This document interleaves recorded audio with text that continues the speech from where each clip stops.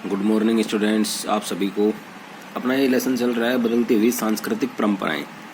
इससे जो पिछला जो लेसन था अपना मध्यकालीन यूरोप, उसके अंदर जो हमने पढ़ा है पूरा कि भाई यूरोप के अंदर क्या क्या चीज़ें हुई थी, उसी से आगे का जो हिस्सा है वो है बदलती हुई सांस्कृतिक परंपराएं। यानी यूरोप के अंदर जो संस्कृति की जो परंपराएं बदली थी, वहाँ पे नवजागरण का विकास हुआ था, नया उत्थान हुआ था। कौन सी में? 14वीं से 17वीं शताब्दी के बीच में, यानी इन 300 सालों में। तो उसमें फिर वहाँ पे जो मध्यकालीन यूरोप था उसमें तो 9वीं से और 16वीं शताब्दी तक का विवरण था। इसमें 14वीं से 17वीं शताब्दी के बीच में संस्कृति की क्या क्या परंपराएं चेंज हुई थी उसमें इसका विवरण था। इसमें हमने पिछले पार्ट में नवजागरण का अर्थ और उसकी परिभाषाएं पढ़ी थी।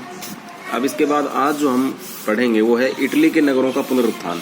यानी इटली जो यूरोप का केंद्र है, उसके जो नगर हैं उनका उत्थान किस प्रकार से हुआ, पुनरुत्थान कैसे हुआ, वो आज हम इस लेसन में पढ़ेंगे।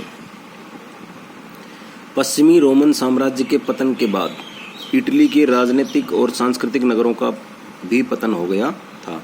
यानी जो रोमन साम्राज्य था उसका विखंडन हो गया था और टूट गया था।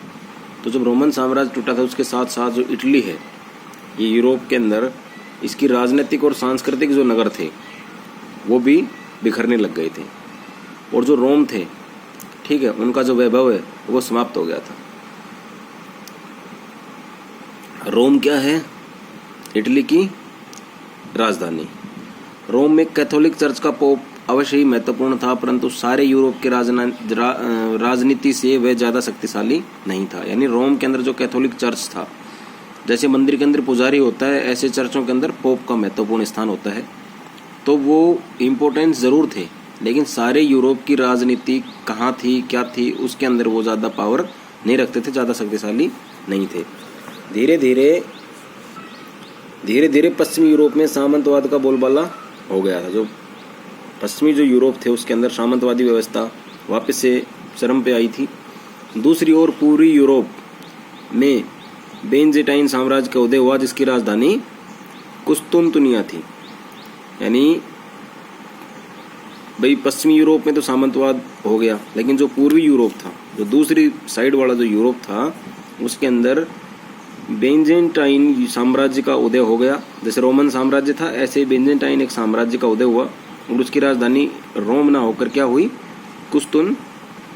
कुस्तुनतुनिया ये थी। इटली इस समय कमजोर देश था, यह छोटे छोटे राज्यों में बटा हुआ था।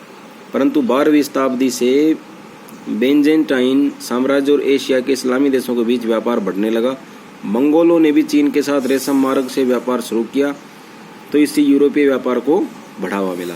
अब जैसे इटली पहले क्या था, एक कमजोर देश था, ज़्यादा पावरफुल देश नहीं था। क्यों देश नहीं था? कि भाई इसका पतन हो गया था रोमन साम्राज्य के साथ ही। जब इटली का पतन हुआ तो जो इटली है वो एक कमजोर देश बन चुका था। इसके छोटे छोटे राज्यों में अलग अलग विरासतें हो गई थी, अलग अलग राज्य बट गए थे। और जब 12वीं शताब्दी आई तो बेंजेटाइन साम्राज्य है वो इस्लामिक जो देश थे, इसके साथ साथ जो दूसरे इस्लामिक कंट्री थे उनके साथ इनका आपस में व्यापारिक रिश्ते बढ़ गए। इससे जो मंगोल हैं, ठीक है, मंगोलों ने भी चीन के साथ रेशम मार्ग के व्यापार शुरू कर दिया। तो यूरोप के अंदर क्या हुआ, एक व्यापार था, जो बिजनेस था, उसको बढ़ावा मिल गया। इस व्यापार में इटली के नगरों ने मुख्य भूमिका निभाई। जब ये व्यापार बढ़ा तो जो इटली के नगरों का जो पतन हो गया था, तो वहाँ पर भी व्यापारी वापस आकर के बसने लग गए थे, ठीक है। तो इन नगरों ने क्या निभाई, मुख्य भूमिका, मतलब ये नगर उनके ज़्यादा काम आने लगे। इन नगरों में सामंतों का दबदबा नहीं था, न ही किसी साम्राज्य का हिस्सा थे। यानी ये जो नगर थे, इनमें ना तो सामंतवादी व्यवस्थाएं थी, ना कोई भी किसी भी साम्राज्य, चाहे बेंजेटाइन साम्राज्य हो, चाहे सामंतवादी साम्राज्य हो, चाहे रोमन साम्राज्य हो, किसी भी प्रकार का उनका ये हिस्सा नहीं थे। वस्तुतः ये नगर स्वतंत्र नगर राज्यों के समान थे। इटली के इन नगरों में फ्लोरेंस और वेनिस गणराज्य थे और कुछ अन्य दरबारी नगर थे जहाँ पर राजकुमार शासन करते थे।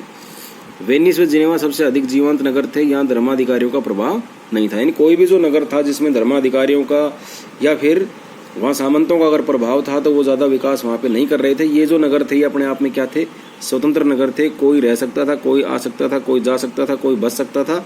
और इसके साथ साथ इन नगरों के ऊपर किसी एक शासक का कोई विशेष प्रभाव नहीं था। इस कारण क्या हुआ, राजकुमार वाला शासन था। भाई राजा है, राजा के बाद उसका बेटा है ना, तो राजकुमार शासन प्रथा यहाँ पर चल रही थी। धनी व्यापारी और महाजन इन नगरों के प्रशासन में सक्रिय रूप से भाग लेते थे। यानी ये जो नगर था, कौन से नगर, इटली के जो नगर थे, इन्होंने जब व्यापार बढ़ने लगा था, किसका, मंगोलों का चीन के साथ रेशम मार्ग जब शुरू हो गया था, तो जो इनके आपसी जो व्यापार थे इटली के अंदर, यूरोप और एशिया के जो व्यापार था वो बढ़ गया था। तो इसमें इटली के जो नगर थे इन्होंने काफी महत्वपूर्ण भूमिका निभाई थी। ये इसलिए निभाई थी कि भाई इनमें किसी का हस्तक्षेप नहीं था। तो इनमें प्रशासन में जो सक्रिय रूप से जो भागीदारी थी, जिनकी जो भाग लेते थे सक्रिय रूप से, वो कौन कौन थे, धनी व्यापारी और महाजन। इन नगरों में नगरों के प्रशासन में, यानी नगरों को किस प्रकार से प्रचलन करना, इनका शासन चलाना है, इस भाग में जो धनी व्यापारी हैं वो ज़्यादा इम्पोर्टेंस थे। इन नगरों में रेनेसां संस्कृति का उदय और विकास हुआ। बदलती हुई राजनीतिक और आर्थिक परिस्थितियों में नई कला साहित्य के सृजन स्थल इन नगरों में उत्कर्ष के निम्नलिखित कारण थे। यानी ये जो नगर थे, राजनीतिक और आर्थिक जो परिस्थितियां थी, उनमें कई और भी अन्य कलाएं इनमें उभर करके सामने आई। ठीक है, और ये जो नगर थे इसमें रेनेसां संस्कृति जो थी उसका विकास हुआ। देखो, जो रेनेसां संस्कृति, यहाँ पे हमने कल पढ़ा था नवजागरण का अर्थ व परिभाषा। तो नवजागरण का मतलब होता है रेनेसां। रेनेसां का मतलब था फिर से जागना, दोबारा से पुनर्जन्म होना, दोबारा से पुनरुत्थान होना। तो उस चीज का अर्थ जो है वो आप इस वाले पार्ट में समझ गए होंगे कि भाई ये जो इटली के जो नगर थे, इनका रोमन साम्राज्य के साथ साथ पतन हो गया था।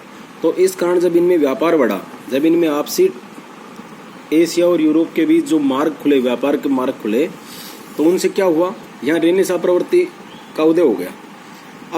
रेनेसां संस्कृति का उदय हो गया। तो रेनेसां संस्कृति का उदय का मतलब होता है कि दोबारा से उनका उत्थान होना, दोबारा से उनका विकास होना, दोबारा से उनका जन्म होना। ये जो नगर बिखरे हुए थे, इनका पतन हो गया था, यहाँ पर कोई था नहीं, ये एक तरह से सुनसान नगर थे। ये वापस से वहाँ के व्यापारी लोग जो हैं वो आकर के वहाँ पे बस गए।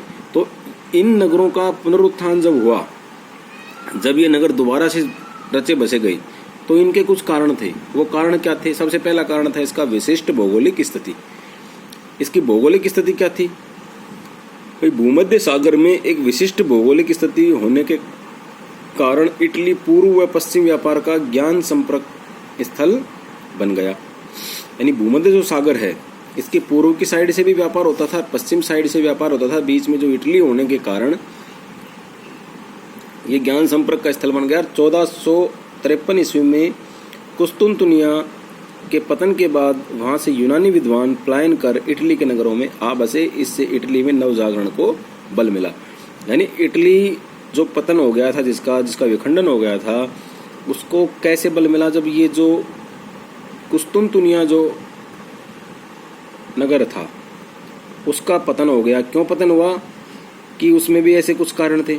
तो जो यूनानी जो विद्वान थे, पलायन का मतलब होता है छोड़ना किसी चीज से, वहां से मतलब दूर चले जाना, वहां से निकल जाना।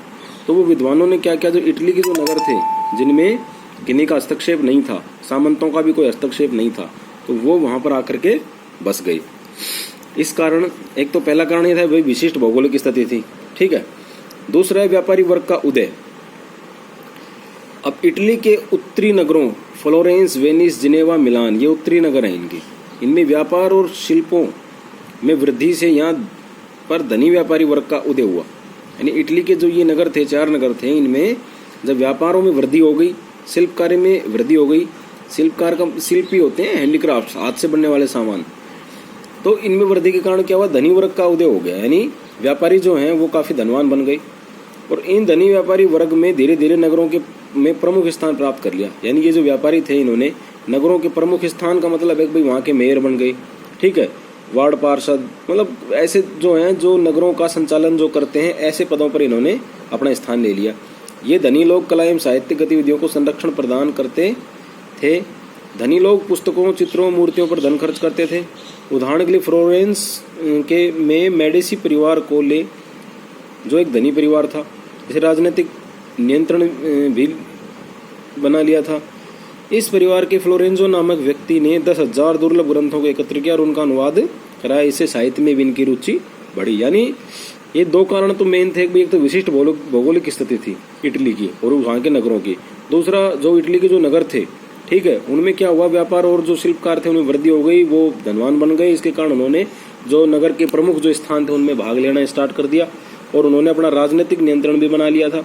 ठीक है, इससे क्या हुआ भाई, वहाँ के कुछ लोग थे जो क्या करने लगे, चित्रकारी, पुस्तकें, मूर्तियां, इन पर धन खर्च करते थे। कला साहित्य को उन्होंने बढ़ावा दिया था और 10,000 दुर्लभ ग्रंथों को उन्होंने एकत्र कर लिया, इनका अनुवाद भी करवाया। तो इससे लोगों का साहित्य में भी इसकी रुचि बढ़ी थी। अब है इटली नगरों का पुनरुत्थान जो है, इसमें जो तीसरा पार्ट है भाई, पश्चिमी रोमन सभ्यता का, प्राचीन रोमन सभ्यता का केंद्र और नए नगरों का, नए राज्यों का विकास।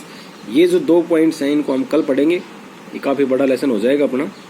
तो आज इसमें से मैं कुछ प्रश्न दे रहा हूँ, इनको आप अपनी फेयर नोटबुक में करना।